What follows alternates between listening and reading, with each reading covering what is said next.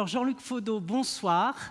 J'ai dit que vous êtes président de la fédération Groupama, mais vous êtes aussi, et vous avez vraiment votre place ici, on ne vous connaît pas tous, un agriculteur. Présentez-vous. Oui, je suis agriculteur, métier dont je suis très fier. Donc moi, je suis agriculteur dans le Val-de-Saône, dans le canton de Seurre, et mon exploitation a pour particularité d'être sur 3 départements, donc la Côte d'Or, mais également le Jura, la Saône-et-Loire. Mais bon, les limites, ça c'est une invention de l'homme.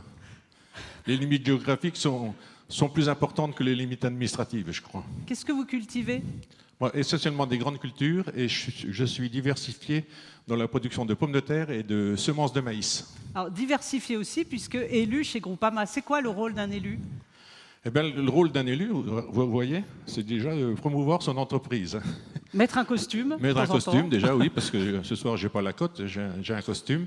Mais c'est également d'être au contact des sociétaires, c'est très important, ça, pour prendre la température sans cesse. Mais également redescendre la politique de l'entreprise et expliquer également les contraintes que l'on a, contraintes administratives, parce que j'ai découvert que dans le monde de l'assurance, il y a beaucoup de contraintes administratives également. Alors, quand on pense assurance, moi ça m'a fait penser, en préparant cette soirée, à ce qui s'est passé il y a 15 jours, épisode de gelée, 20 millions d'euros débloqués dans le Tarn-et-Garonne par le gouvernement. Vous, les assureurs, qu'est-ce que vous faites pour les agriculteurs ? Nous, Groupama, on est l'assureur des agriculteurs depuis le départ, parce que nous, ça fait 120 ans qu'on existe. Et donc, on est également à côté des agriculteurs en cas de coup dur, notamment avec l'assurance MRC. On intervient en complément. Bon, les agriculteurs en prennent une part à leur charge quand il y a un coup dur, et malheureusement, il y en a de plus en plus. Mais nous, on intervient, les assureurs, on intervient après. Et pour tout vous dire, vous êtes au courant, ça, depuis quelques années, ça coûte assez cher. C'est pour ça qu'il y a une réforme de l'assurance MRC où l'État va en prendre une partie à sa charge au-delà de, grosso modo, 50%. Alors, Jean-Luc Faudeau, vous avez amené avec vous dans vos valises Olivier Mével, qui est conférencier, mais moi j'aimerais bien que vous nous le présentiez. Oui, mon cher Olivier, donc merci. Olivier, je suis allé le chercher à son hôtel cet après-midi, on a un petit peu bavardé dans la voiture, mais bon, ouais. J'ai pris quand même un pense-bête parce que je le connais que depuis cet après-midi. Donc Olivier est à la fois consultant et dirigeant principal d'un cabinet indépendant de conseil, spécialisé en marketing stratégique et opérationnel dans les filières alimentaires. Olivier est également maître de conférences habilité à diriger des recherches en sciences de gestion à l'Université de Bretagne occidentale. Donc, ses nombreuses activités professionnelles l'amènent à travailler auprès d'entreprises de toute taille. C'est un consultant particulièrement reconnu et apprécié dans l'agri-agroalimentaire européen. Donc, il travaille auprès de nombreuses entreprises et coopératives, mais il travaille également auprès de la Commission européenne. Donc, il est régulièrement invité dans les médias et c'est un spécialiste de la valeur ajoutée. Donc ce soir, il va nous en dire un petit peu plus. Et puis mon cher Olivier, pourquoi pas nous donner des pistes pour que ça revienne dans les poches un peu des agriculteurs, ce serait bien. Voilà. C'est à toi, Olivier. Merci Jean-Luc. On applaudit Olivier Mével. Vous vous mettez ici, Olivier? Ou pas spécialement? Non? Vous avez le... Merci Laure, non, mais on m'a appareillé, donc en fait on m'a donné une totale liberté. Je vais essayer de la prendre. Mesdames et messieurs, bonsoir. Merci de votre confiance. Merci à ceux qui m'ont invité ce soir. Alors, je vais vous amener faire une promenade, finalement, dans ce que d'aucuns appellent la transition alimentaire.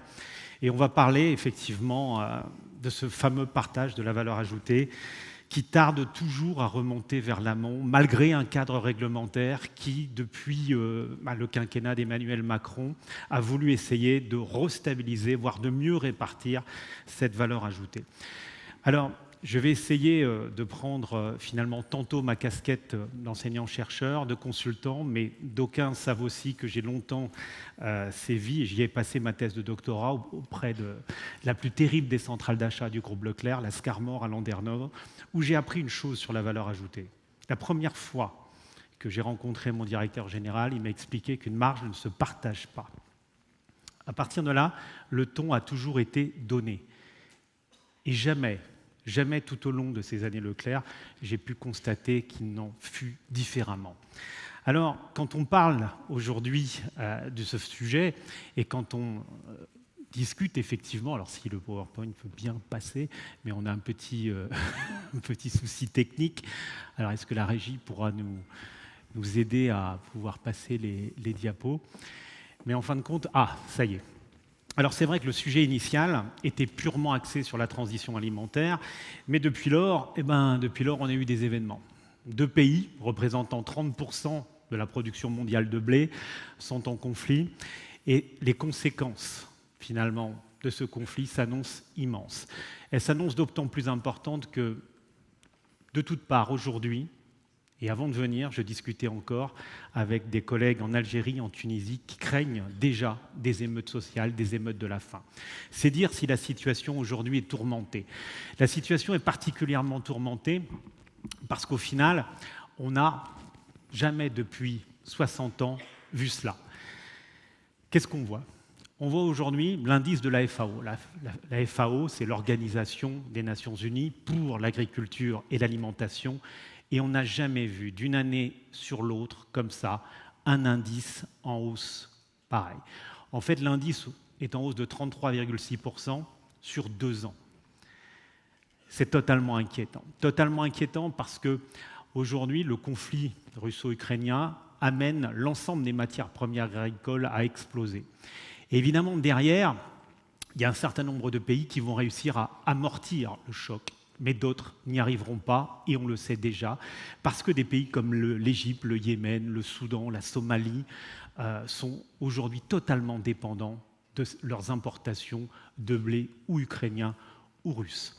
Alors, derrière ça, évidemment, on me pose souvent la question et on me dit « mais est-ce qu'il y aura de l'inflation ?»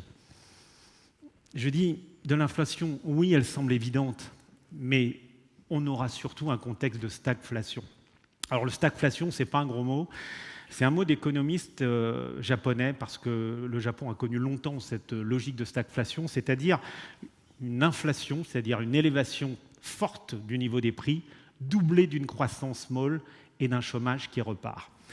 Et le moins qu'on puisse dire, c'est qu'aujourd'hui, cette croissance faible qu'on va avoir est porteuse également d'un certain nombre de nouvelles relativement aux politiques économiques. Et vous savez que sous ce quinquennat, on a souhaité une montée en gamme de l'agriculture, mais la stagflation, c'est un petit peu l'inverse. La stagflation, ça veut dire tout simplement aussi un consommateur qui, quand il achète par exemple 3 kilos de carottes, plus 4 côtes de porc, et puis finalement d'autres produits, va voir sa consommation en valeur érodée. L'inflation, c'est un impôt.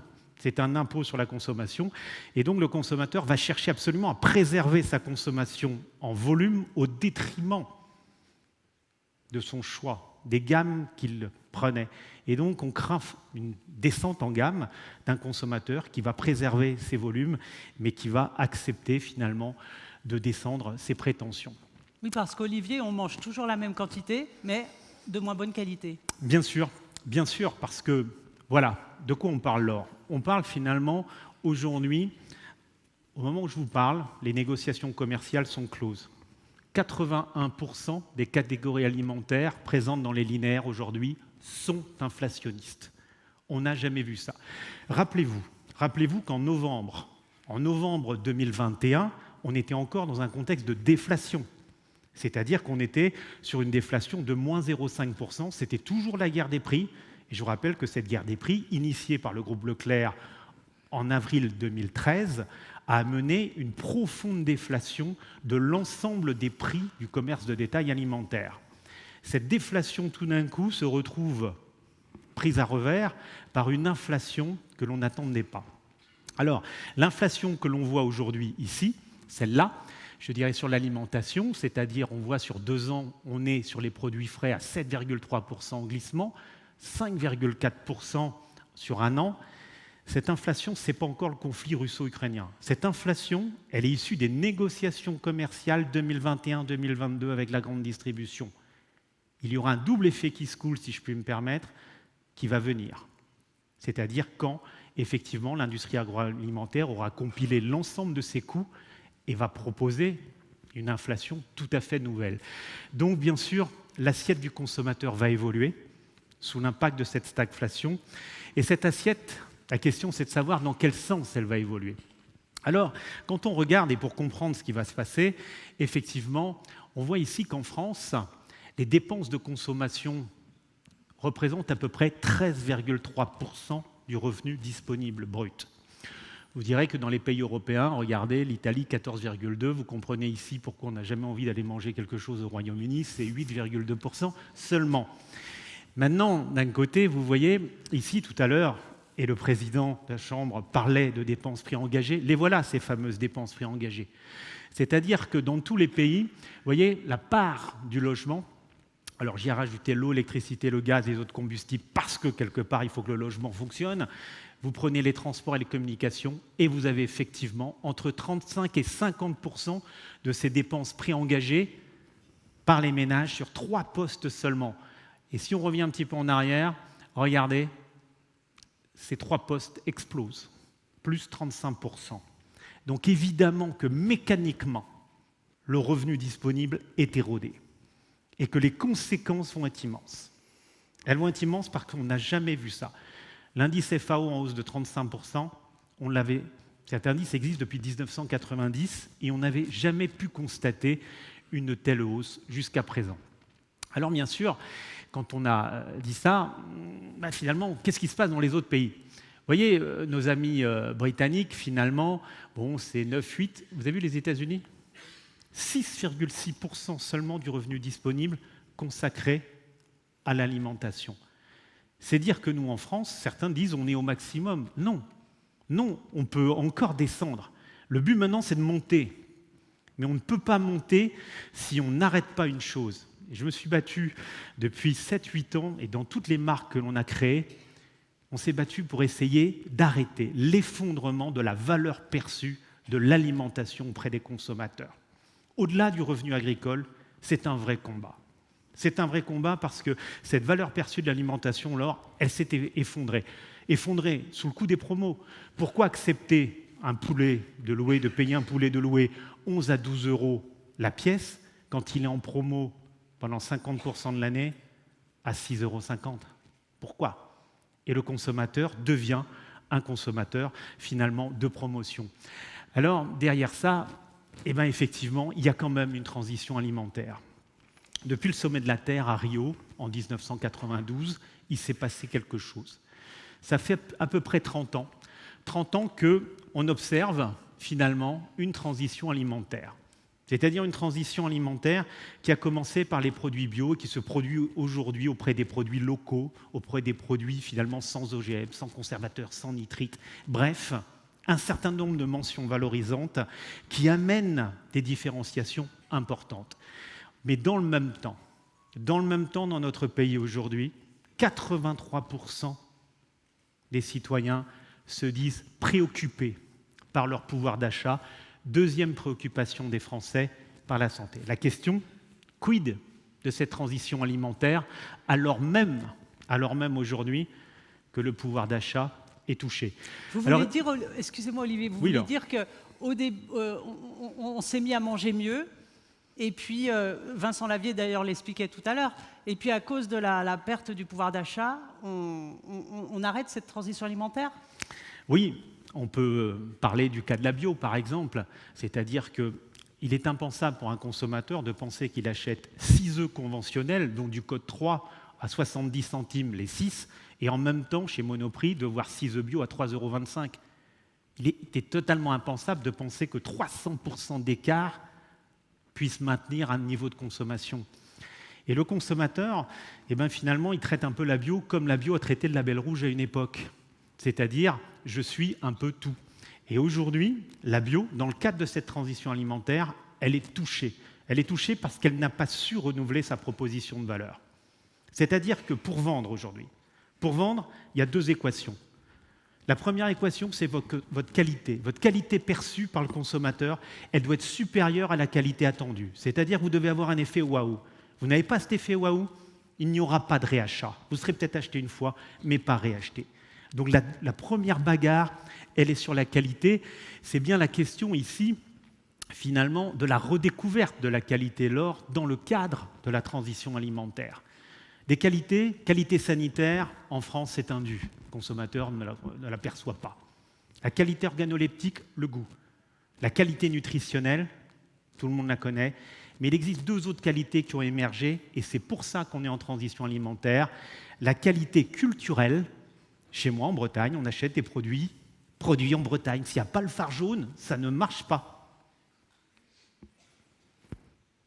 Résultat, il y a une qualité culturelle qui est reconnue. Il faut savoir la travailler. Et vous la travaillez. J'en ai eu de nombreux exemples tout à l'heure en discutant avec un certain nombre de personnes. Maintenant, il existe aussi une dernière qualité. Et celle qui émerge, c'est la qualité RSE. C'est-à-dire la responsabilité sociétalement que reconnaît le consommateur à un produit. Est-ce que si j'achète ce produit, il participe d'un maintien de l'environnement? Je veux bien me faire plaisir, mais en même temps, il faut que ce produit soit digne de ma consommation et n'impacte pas directement l'environnement. C'est pour ça qu'on parle de transition alimentaire. Alors vous voyez, on a eu effectivement des transitions alimentaires, elles ont tendance à s'accélérer, mais celle-ci, elle est particulière parce qu'évidemment, tous les mots que vous voyez ici, ce sont ces mots valises que le consommateur nous cite dans nos études. Alors, bien sûr, tout de suite, un impact. C'est-à-dire que, regardez, une marque célèbre, Charal, du groupe Bigard. Charal, auparavant, c'était « waouh », c'était « je me fais plaisir », c'était un positionnement boucherie. Le boucher. Jean-Paul et Maxence Bigard ont décidé de passer à autre chose. Ils ont changé de direction marketing et résultat, tout est vert. Plus de boucher, plus de viande. À peine si on voit des animaux. Le groupe Bigard, dans la logique d'un marketing territorial, RSE, nouveau. Et ça n'a pas traîné. Aujourd'hui, malheureusement, et je le disais parce qu'on était opposés lors des assises Agri-Agro de Ouest France, un confrère, je disais Emmanuel Beignet, le groupe Lactalis a des problèmes et dit ne pas pouvoir rémunérer ses éleveurs, mais je dis, monsieur Beignet, qu'avez-vous fait aujourd'hui pour rénover aussi vos marques? Et quand je vais chez Leclerc et que je regarde où se trouve aujourd'hui le président, le président, il est juste avant le carrelage, juste avant la sortie. Parce que vous avez des marques de distributeurs aujourd'hui dont la valeur perçue est supérieure à celle des marques nationales. C'est dire si certains industriels se sont aussi endormis. Tous ne sont pas endormis. Effectivement, il y aura des gagnants et des perdants. Alors, c'est vrai que la consommation change et la transition alimentaire produit ses effets. La France, ce vieux pays, comme disait un ancien Premier ministre, ce vieux pays aux 3 repas quotidiens, quand je regarde mes étudiants, quand je regarde les gens aujourd'hui, que ce soit à Paris, à Nantes, à Bordeaux ou ici, il y a plus de gens à manger dans la rue que de manger assis le midi. Bien sûr.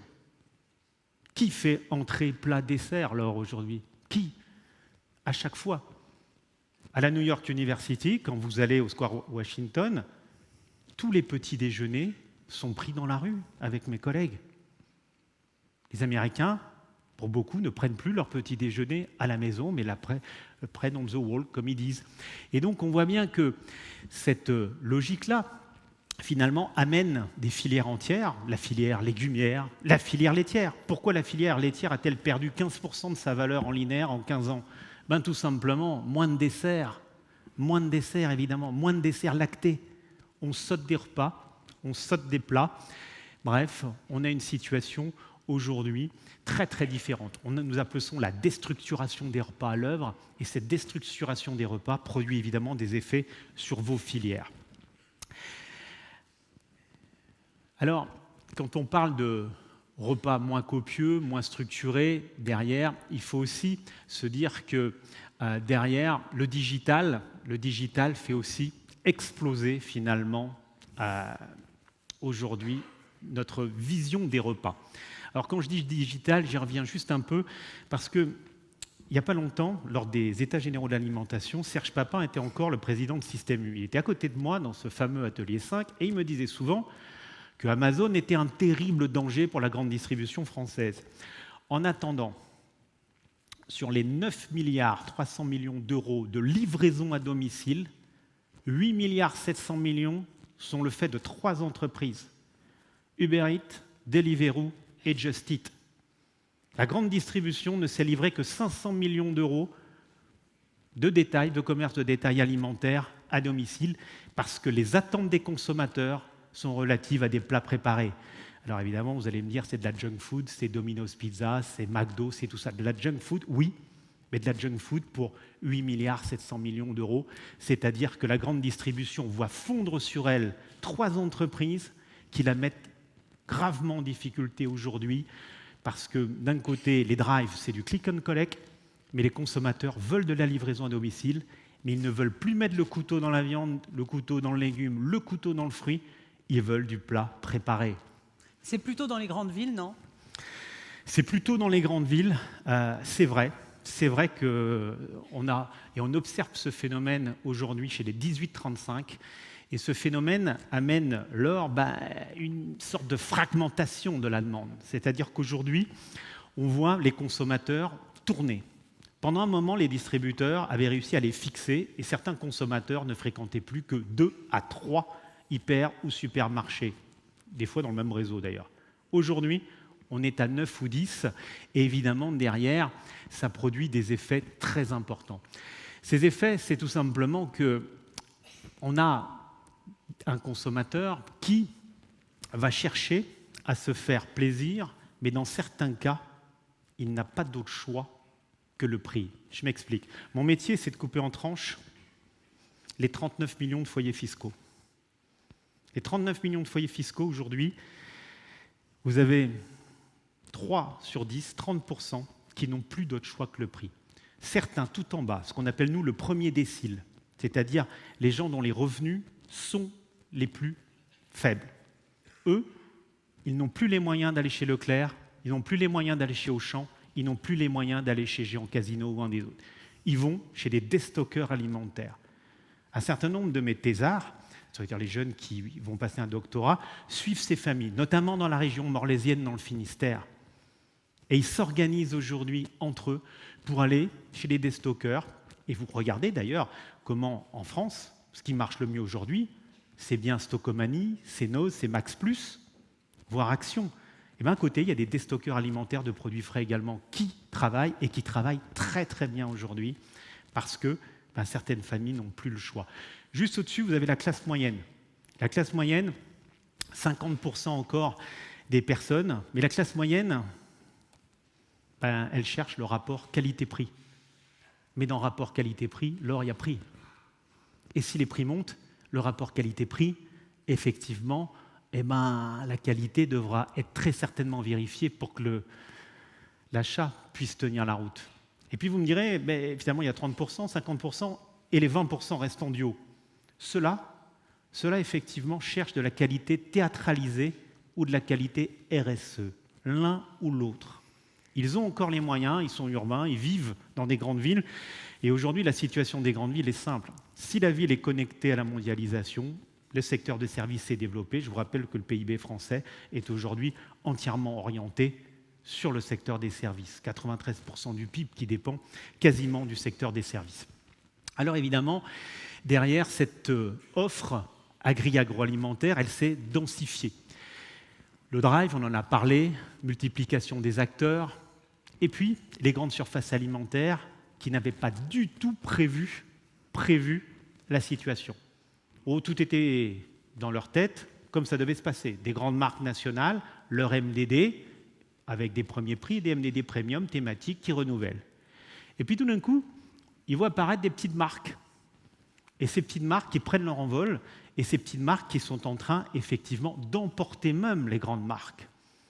Certaines entreprises, comme Coca, comme, je dirais, Nestlé, ne savent plus comment vendre certaines marques dont elles savent qu'elles ne pourront pas, finalement, aujourd'hui, les renouveler, c'est-à-dire leur amener une logique sociétalement responsable. Et évidemment que, dans ce cadre-là, on se dit, mais qu'est-ce qui se passe ? Ce qui se passe, c'est que, quand on regarde aux États-Unis, un repas sur 2 est déjà pris hors domicile. En France, c'est seulement 1 sur 5, sauf qu'en Île-de-France, c'est 2 sur 5, Et quand on regarde les 18-35 en Île-de-France, c'est presque 3 sur 5.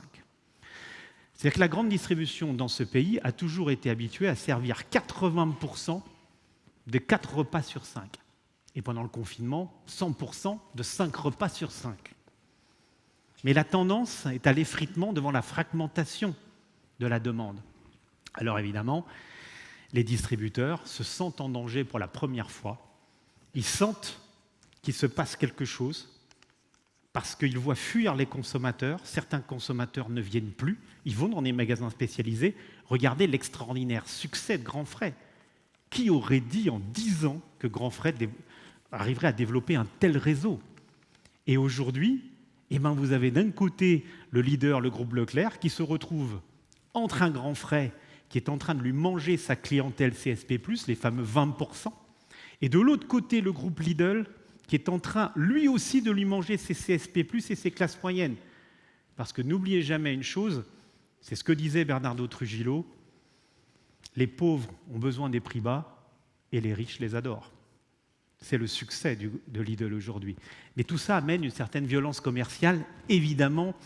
Alors, on va en parler. Regardez la grande distribution française. Parce qu'avant de venir, je me suis dit, on va reprendre ça depuis la loi du 4 août 2008, dite loi de modernisation de l'économie. Et adaptation des distributeurs à la loi de modernisation de l'économie, tout va bien. Les chiffres d'affaires des 6 premiers distributeurs français que vous voyez là vont. Et c'est-à-dire que la loi, finalement, semble convenir à tout le monde. Sauf que Michel-Édouard Leclerc décide ici, en 2013, de déclencher la guerre des prix. Il décide de mettre 1500 produits au seuil de revente à perte, mettant à genoux les autres distributeurs. Évidemment, ça n'a pas traîné. Regardez l'érosion des chiffres d'affaires. C'est-à-dire que ce que j'expliquais à Julien de Normandie, ce que j'expliquais à certains, je dirais, députés aujourd'hui dans la majorité, je leur disais, regardez ça avant de faire votre cadre réglementaire. Regardez ce qui se passe. C'est-à-dire qu'il y a une érosion lente mais régulière du chiffre d'affaires des 6 plus grands distributeurs français. Évidemment, ils vont être tentés de se refaire comment? Sur la marge à l'achat qu'ils font, effectivement, lors du référencement commercial. Et derrière, voilà la situation. La situation, elle est claire. Ici, un vainqueur. Une entreprise, le groupe Leclerc, qui, depuis 140 mois, voit sa part de marché croître de manière ininterrompue. 140 mois sans qu'aucun autre distributeur vienne lui contester ce leadership. À côté de ça, Intermarché, grand vainqueur de l'année 2020, qui croît régulièrement, et EU qui tire son épingle du jeu. Et ici, 3 baudruches en dégonflement rapide. Carrefour, qui ne sait plus comment arrêter l'hémorragie. Auchan, qui là est en train de mettre un genou à terre. Et Géant Casino, KO debout. Et ici, effectivement, les 2 dragons allemands, et Lidl n'est pas une entreprise française, Lidl est le 5e distributeur mondial, à un chiffre d'affaires de plus de 160 milliards de dollars. C'est bien pour ça qu'il arrive à mettre 400 millions d'euros de budget com, soit 25% de plus que notre leader, le groupe Leclerc. Ça, c'est la situation que l'on a. J'y reviendrai. Mais on ne peut pas parler de transition alimentaire si on ne comprend pas la situation en aval du canal, bien sûr. Alors, souvent, on parle de la grande distribution, mais on ne se pose pas la question de savoir, mais finalement, aujourd'hui, la restauration en foyer, qu'est-ce qu'elle dit? Qu'est-ce qu'elle fait, elle? La restauration au foyer aujourd'hui, c'est tout simplement le secteur qui a le plus le vent en poupe. Rendez-vous compte, nous prenons 50 repas de plus hors domicile qu'en 1999, en 20 ans. Une croissance à 2 chiffres, contrariée par le Covid, mais dès que le Covid s'estompe, on voit tout de suite les gens qui sortent de chez eux, et les 18-35 en premier lieu, parce qu'ils adorent manger au restaurant. On dit souvent dans les discussions qu'on a avec Jean-Pierre, on ne consomme pas moins de viande aujourd'hui, mais on la consomme différemment. Ce qui baisse, c'est la consommation de viande à domicile au profit de la consommation de viande hors domicile. Mais les 90-93 kilos par personne sont maintenus sur finalement une base 1990. Et c'est important de comprendre ce qui se passe. Alors évidemment, je me demande qu'est-ce qui est plus déloyal vis-à-vis des agriculteurs que la restauration hors foyer. On peut accuser la grande distribution de beaucoup de choses, et notamment d'être pas transparente sur ses marges et d'être violente dans ses achats.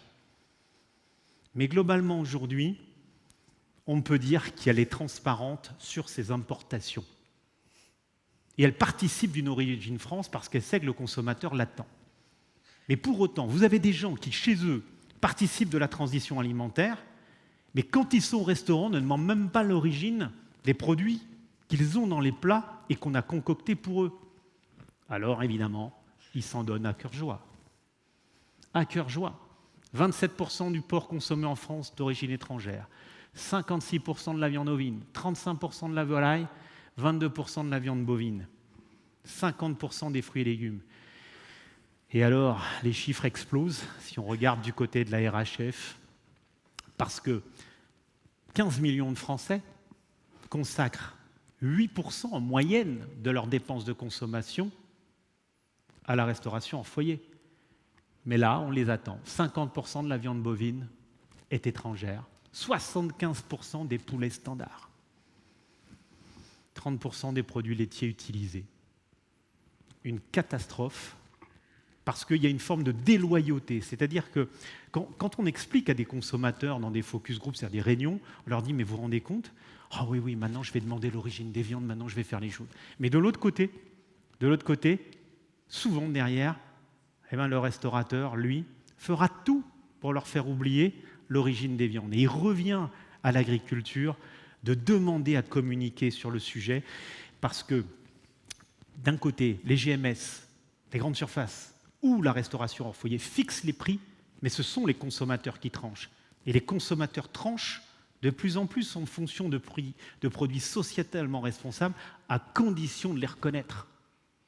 Parce que s'ils ne les reconnaissent pas, dans ces cas-là, c'est terminé. Alors, on ne peut pas parler de transition alimentaire sans les produits locaux.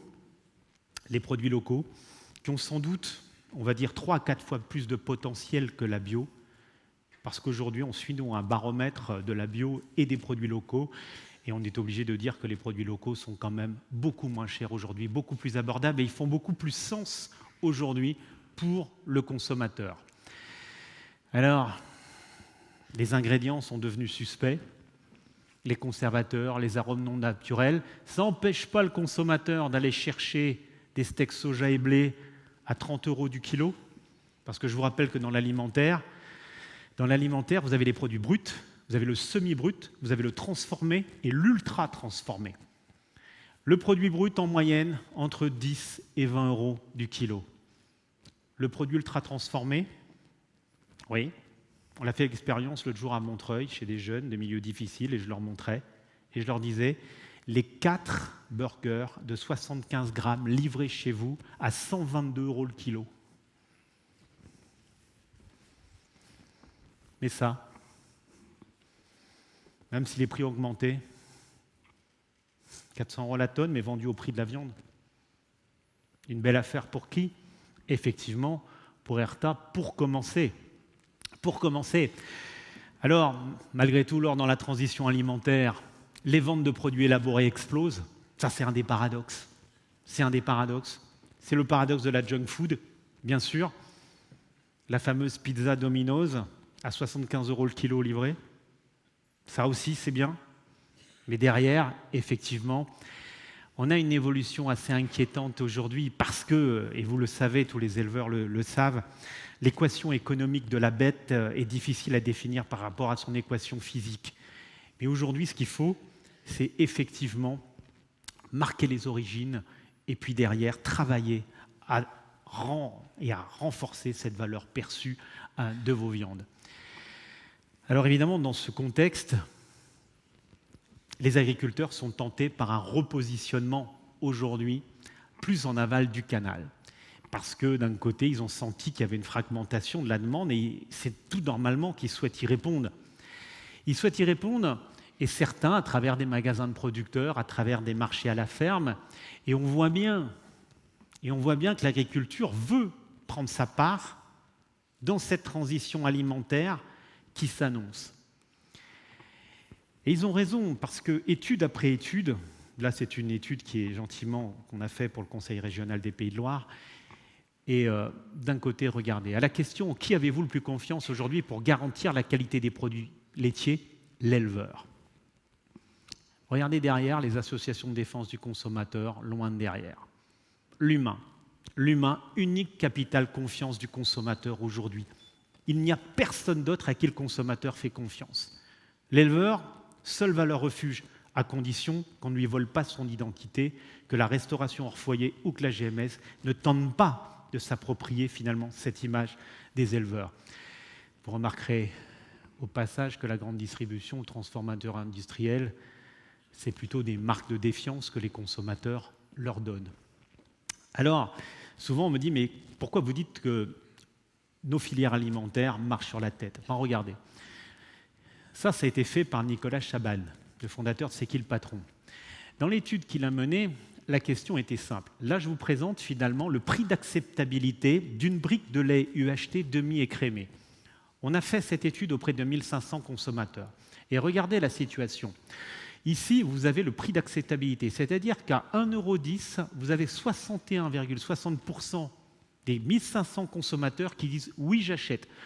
Vous avez deux barres qui sont importantes.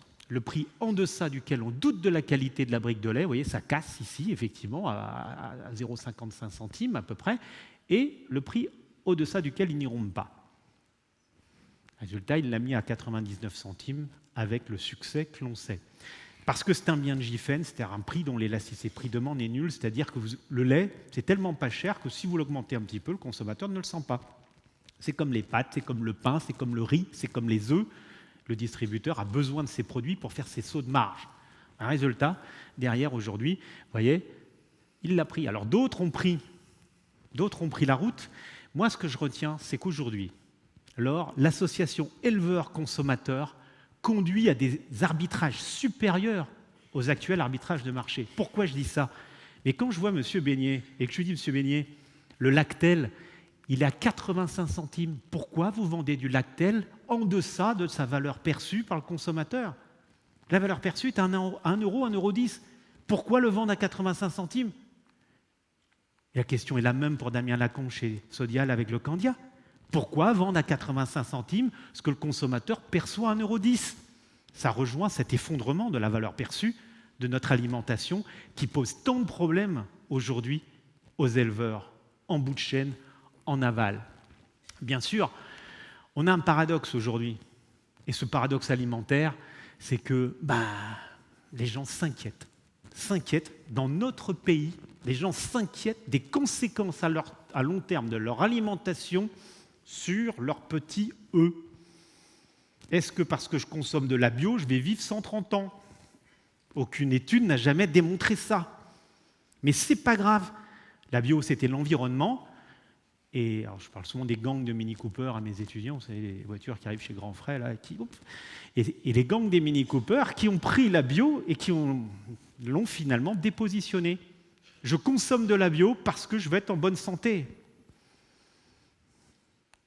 La bio aurait dû lutter contre ça, pour rééquilibrer sa proposition de valeur. Ça n'a pas été fait. Dommage. Dommage. Effectivement. Alors, évidemment, derrière, l'équation de la valeur aujourd'hui. Voilà. Ça, c'est la valeur ajoutée perçue. Ici, vous avez le prix. Si, c'est ordonné. Là, vous avez de la satisfaction client de ce côté-là. Ici, vous avez de la destruction de valeur. Et regardez, finalement, ici, l'agriculture conventionnelle et puis toutes ces massions valorisantes qu'on a développées. Et tout en haut, ici, le Graal du consommateur aujourd'hui, fermier, local et bio. Ça fait sourire madame, et je sais pourquoi, parce que tout à l'heure, elle va recevoir un trophée. Je comprends qu'elle sourit parce qu'elle a tout compris. Au bout du compte, vous voyez, la bio, origine France, au milieu du paquet. Au milieu du paquet. Très vite, elle a été ensevelie. Et je vois encore, moi, des industriels dans l'agroalimentaire ou des producteurs qui pensent que parce qu'ils vont mettre seulement bio, ça va se vendre. On n'a jamais marché sur une jambe, enfin du moins mal. Il faut autre chose, bien sûr. et surtout, il faut éviter de tomber ici. Alors évidemment, derrière, il y a des produits qui cartonnent, comme le réseau Invitation à la ferme, bio, fermier, local. Tout en haut. Derrière, la bio qui aurait dû être en tête de la transition alimentaire, qui aurait dû conserver ses positions. Mais quand vous vous donnez à ce point la grande distribution, comment voulez-vous que ça tienne ? Imaginez une femme, un homme, un consommateur, une consommatrice, qui tout d'un coup va chez Biocoop et qui trouve finalement le même label chez Leclerc 2 fois moins cher. Qu'est-ce qu'ils font ? Ils y courent. Voilà ici, vous voyez la droite de régression linéaire qui montre la montée en puissance des GMS sur la bio et aujourd'hui, la situation de Biocoop. J'étais déjà inquiet pour Biocoop parce que sur les 3 dernières années, alors que le marché de la bio était en croissance de 15 à 16%, Biocoop n'était en croissance que de 7 à 8%. Et cette année, la sanction est là.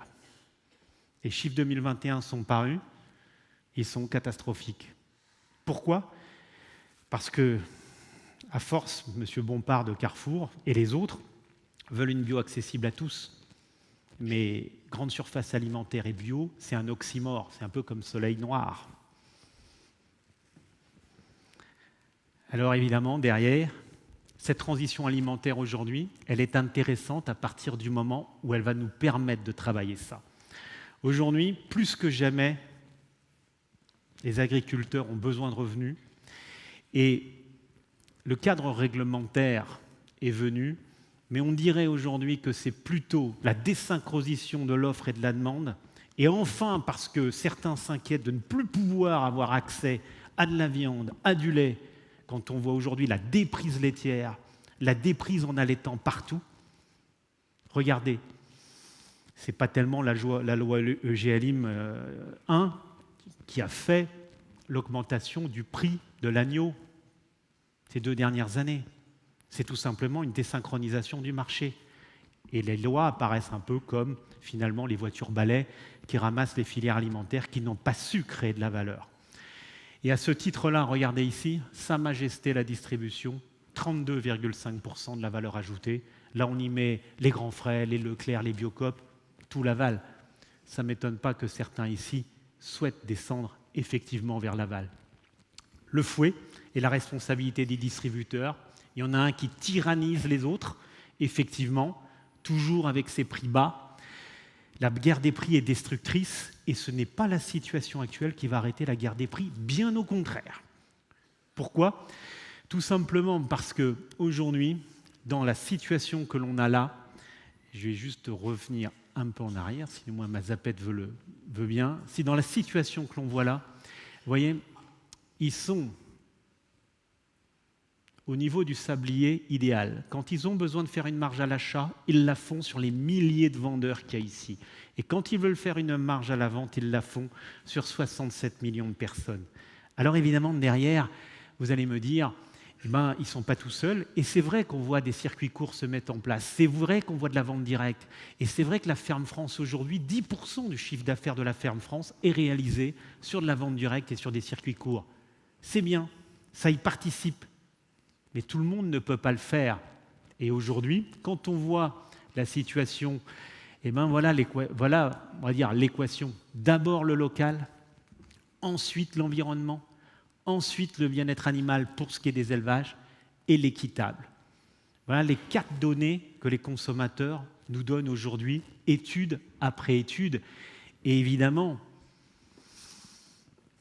enfin l'assiette semble devenir plus dépendante.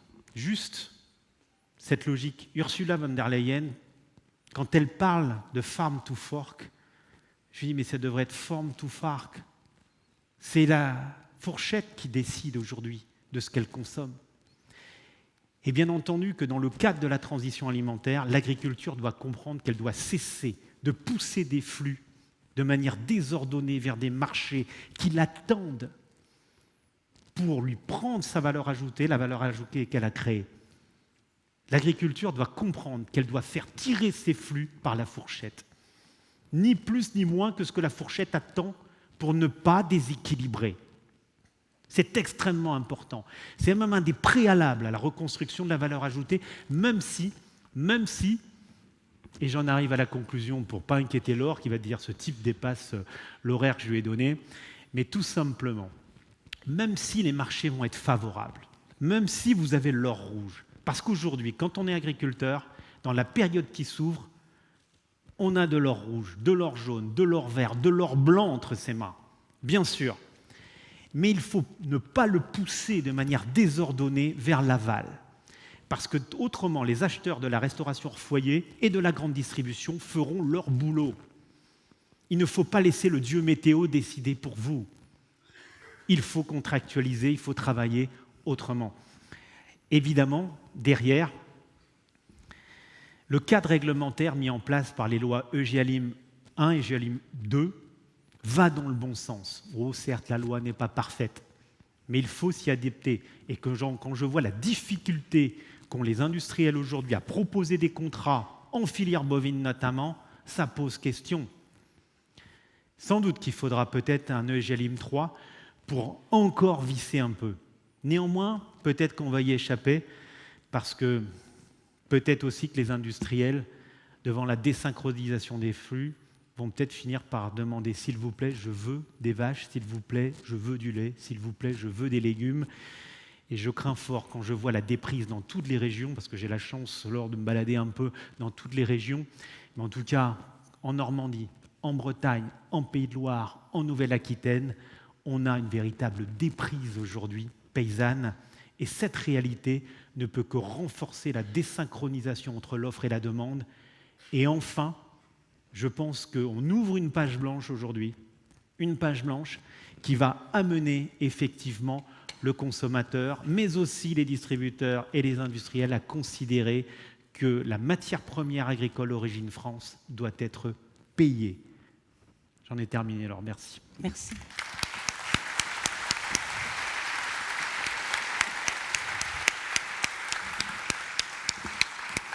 Merci beaucoup Olivier Mével, merci de cette présentation. On aurait voulu passer plus de temps sur chaque slide, il y a eu beaucoup d'informations, mais on pourra vous discuter avec vous tout à l'heure pendant le cocktail. En attendant, je vous propose 5 minutes d'échange avec Olivier Mével, profitez-en, il a parlé des 2 lois qui ont marqué ce quinquennat, des lois qui vous concernent, qui ont peut-être pesé sur vous. Il y a plein de questions, j'imagine, que vous souhaitez poser. Ne soyez pas timide, il y a des hôtesses dans la salle pour vous passer le micro. Moi, je voulais peut-être poser une première question. Vous n'avez pas parlé des... En quoi les scandales actuels sanitaires, comme les pizzas Buitoni, les Kinder au moment de Pâques, ça c'est un peu dur, pèsent sur l'agriculture et sur nos consommations? Alors Laure, c'est une excellente question parce que ces scandales sont d'autant moins compréhensibles qu'ils émanent de multinationales de l'agroalimentaire qui ont organisé la mise en anonymat des matières premières agricoles depuis 40 ans. Et là, je désigne notamment le groupe Nestlé, parce qu'une pizza Buitoni, il n'y a aucun ingrédient aujourd'hui clairement identifié. Tous les ingrédients sont d'origine nulle part. Vous prenez un Kinder de chez Ferrero, c'est pareil.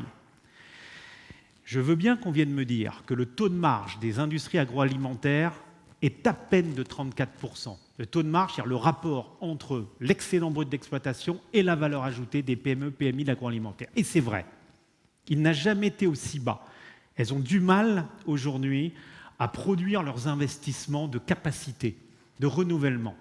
Mais ces grands groupes, cotés en bourse, qui finalement laissent leur outil de production dans un tel état, là c'est du pénal, c'est le parquet national santé qui doit agir et il n'y a aucune excuse parce que ces grands groupes sont cousus d'or et c'est simplement parce qu'ils ne veulent pas réinvestir et veulent s'affranchir d'un certain nombre de choses qu'ils sont pris finalement la main dans le sac. Ce ne serait pas si terrible s'il n'y avait pas eu 2 enfants décédés. Je vous ai laissé le temps peut-être de penser à des questions. Est-ce qu'on peut mettre la lumière dans la salle? C'est possible? Pour qu'on voit... Est-ce qu'il y a des mains qui se lèvent? Vous avez une question? Sinon, si vous n'osez pas, vous pourrez poser les questions au cocktail. Ah, voilà. Alors, nos hôtesses apportent le micro. Jean-Pierre. Oui, Jean-Pierre Fleury, tu n'es pas allé assez loin, Olivier, sur un sujet que tu évoquais tout à l'heure, de la LME. Tu as oublié de dire qu'il fallait la flinguer. C'est important parce qu'il y a des élus importants dans la salle. Et je pense... Non mais, il faut être sérieux, quoi. Je veux dire, Egalim 1, Egalim 2, comme tu dis, essaye de rattraper, mais le vrai mal, c'est la LME. Et je me mets à la place du législateur. C'est très difficile de flinguer la LME.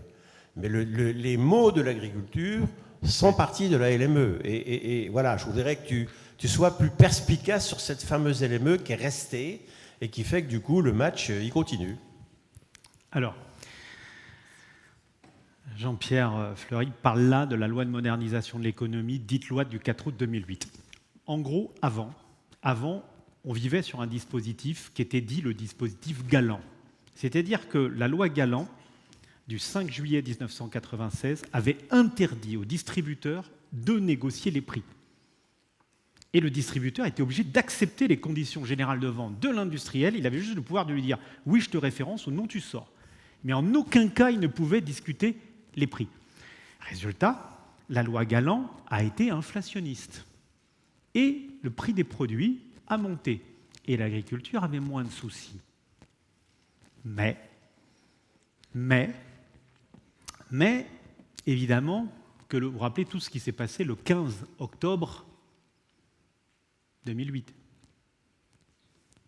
La banque Lehman Brothers est tombée. Et effectivement, le choc est terrible. Et en même temps, Nicolas Sarkozy, qui était élu président en 2007, a souhaité une loi d'obédience libérale. Une loi dont les effets vont s'avérer puissamment déflationnistes. Pourquoi ? Parce que Nicolas Sarkozy a redonné aux distributeurs, donc à quelqu'un qui est déjà très costaud, il lui a donné un bâton. Il lui a donné la capacité à renégocier les prix sans aucune condition. Quand vous donnez un bâton à un mec qui est déjà costaud, le seul risque que vous avez, c'est qu'il s'en serve. Et il s'en est servi. Mais il s'en est servi et en 2 temps. C'est-à-dire qu'il y a eu l'adaptation de la loi. Et puis après, quand le groupe Leclerc a compris que depuis 3-4 ans, il avait bien vissé Nestlé, bien vissé, on va dire, Sodial et les autres multinationales, et qu'il avait un avantage, alors dans ces cas-là, qu'est-ce qu'il a fait ? Il a déclenché la guerre des prix, c'est-à-dire qu'il a mis tous ses prix au seuil de revente à perte. Le problème étant qu'on a eu un président socialiste après, François Hollande, en 2012. François Hollande, en aucun cas, n'a corrigé la LME. C'est-à-dire François Hollande a fait une loi Hamon. Il y a eu une loi Hamon. Il y a eu la loi Macron 1. Il y a eu la loi Macron 2. Et moi, je me rappelle, parce que j'ai connu Emmanuel Macron, quand il était secrétaire général de la commission Attali, Jean-Pierre, rappelle-toi. Et quelque part, je lui avais dit, ce sera peut-être compliqué. Ils ont voulu cette LME, M. Attali, M. Macron, également, je dirais à l'époque, M. Sarkozy, ils l'ont fait. Mais elle s'est avérée une loi tellement déflationniste qu'elle a envoyé la totalité des filières alimentaires françaises à la portion congrue. Derrière, on a eu les lois Sapin, rappelez-vous, juste après, juste avant. Et puis les lois Sapin, et puis sous le quinquennat, EGalim 1, EGalim 2. En gros, nous vivons sous la LME. Toutes les lois, y compris les lois EGalim 1 et EGalim 2, sont des petites rustines, sont des lois de passage qui viennent essayer de colmater les brèches de la LME. Mais en aucun cas, on n'a réformé la LME dans ce qu'elle a. Pourquoi je dis ça ? Regardez.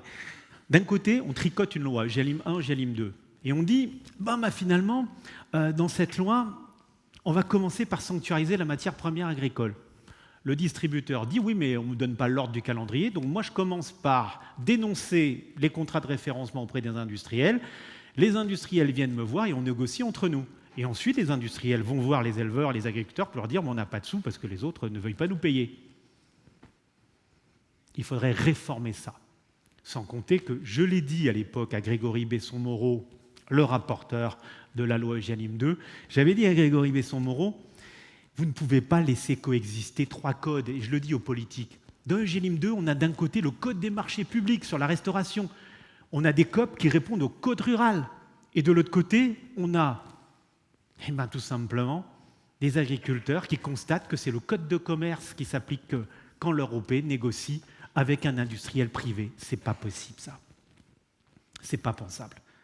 Le même code, le même droit pour tous les acteurs du commerce.